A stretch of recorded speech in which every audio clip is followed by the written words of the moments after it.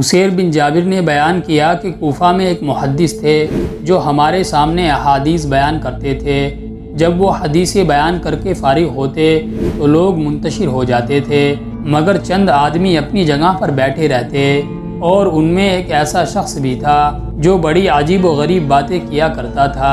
چنانچہ میں اس کے پاس بھی جا کر بیٹھ جایا کرتا تھا۔ ایک دن میں نے اس شخص کو اس کی جگہ پر نہیں پایا تو اپنے ساتھیوں سے پوچھا کہ کیا تم میں کوئی شخص اس آدمی کو بھی جانتا ہے جو یہاں ہمارے پاس بیٹھا کرتا تھا اور بڑی عجیب و غریب باتیں کرتا تھا؟ ایک شخص بولا کہ ہاں، میں اس آدمی کو جانتا ہوں۔ میں نے کہا کیا تم مجھے اس کے گھر لے جا سکتے ہو؟ لہٰذا میں اس شخص کے ساتھ ہو لیا اور اس شخص کے حجرے پر پہنچ کر دروازہ کھٹکھٹایا۔ وہ باہر نکلا تو میں نے پوچھا کہ میرے بھائی، ہمارے درمیان موجود رہنے سے اس چیز نے تمہیں باز رکھا؟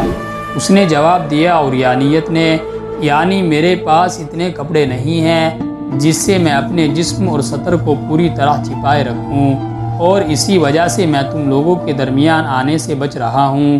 لہٰذا میں نے اپنی چادر اس آدمی کو دے دی اور کہا کہ اسے لے لو اور یہ چادر اوڑھ لو۔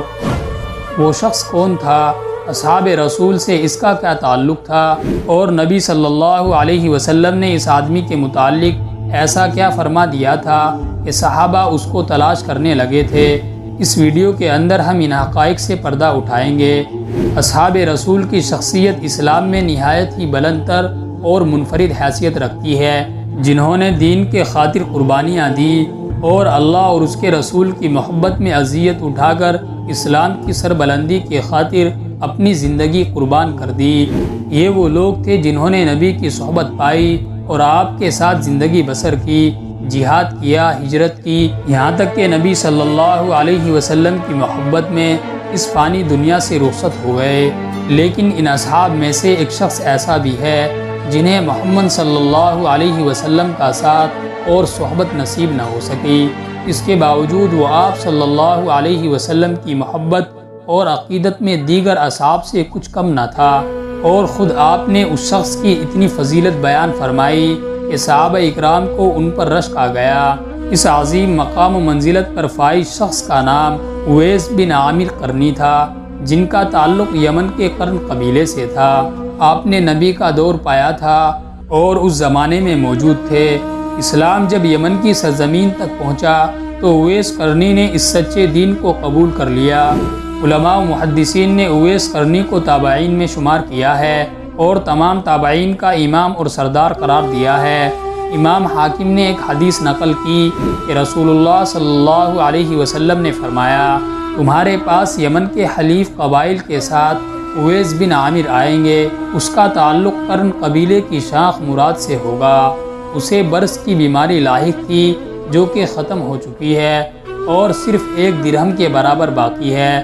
وہ اپنی والدہ کے ساتھ نہایت ہی نیک سلوک کرتا ہے، اگر وہ اللہ پر قسم بھی ڈال دے تو اللہ اس کی قسم پوری فرما دے گا، لہٰذا اگر تم اس سے اپنے لیے استغفار کروا سکو تو ضرور کروانا۔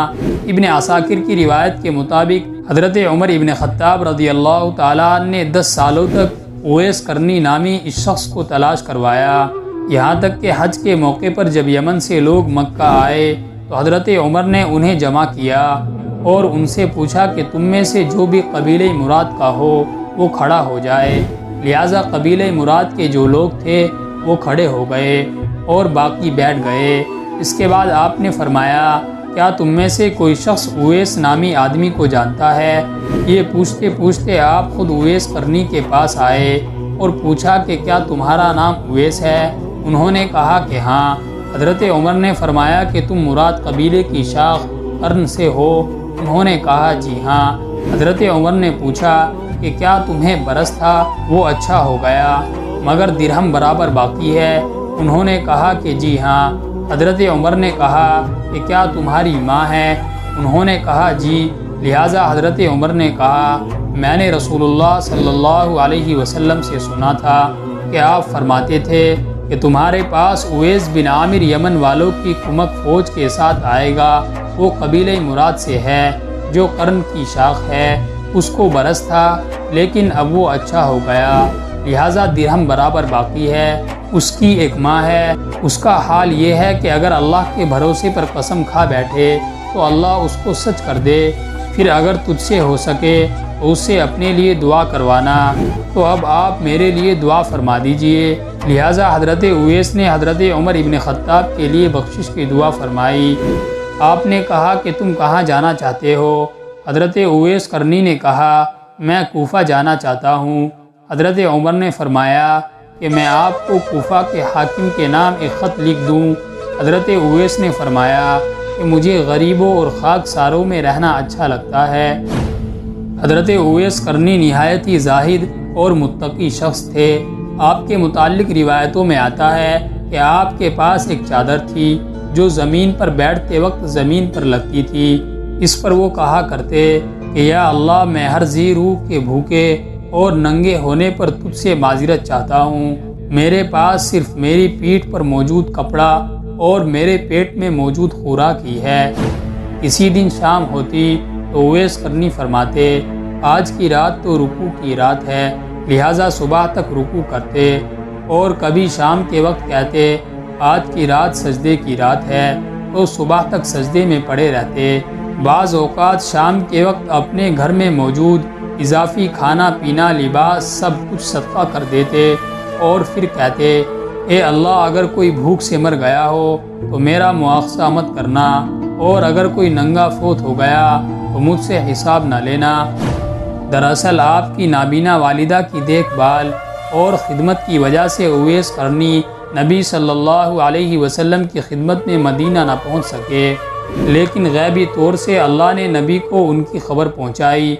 جب امیر المؤمنین حضرت علی رضی اللہ تعالیٰ عنہ خلیفہ منتخب ہوئے تو اویس قرنی کوفہ منتقل ہو گئے تھے، اور آپ نے حضرت علی کے ہاتھوں پر بیعت کر کے آل محمد کے خاطر جانثاری کا عہد کیا، اور اہل بیت رسول کی محبت میں آپ نے جنگ صفین میں حضرت علی کا ساتھ دیا۔ آپ کی حمایت میں میدان جنگ میں اترے۔ سن 37 ہجری میں جنگ صفین میں آپ کی شہادت ہوئی۔ خود حضرت علی رضی اللہ تعالیٰ عنہ فرمایا کرتے تھے کہ نبی صلی اللہ علیہ وسلم نے ارشاد فرمایا کہ اویس کی موت خدا کے دین کے راستے میں شہادت پر ہوگی، اور بہت سے لوگ بروز قیامت اس کی شفاعت پائیں گے اور آتش جہنم سے نجات حاصل کریں گے۔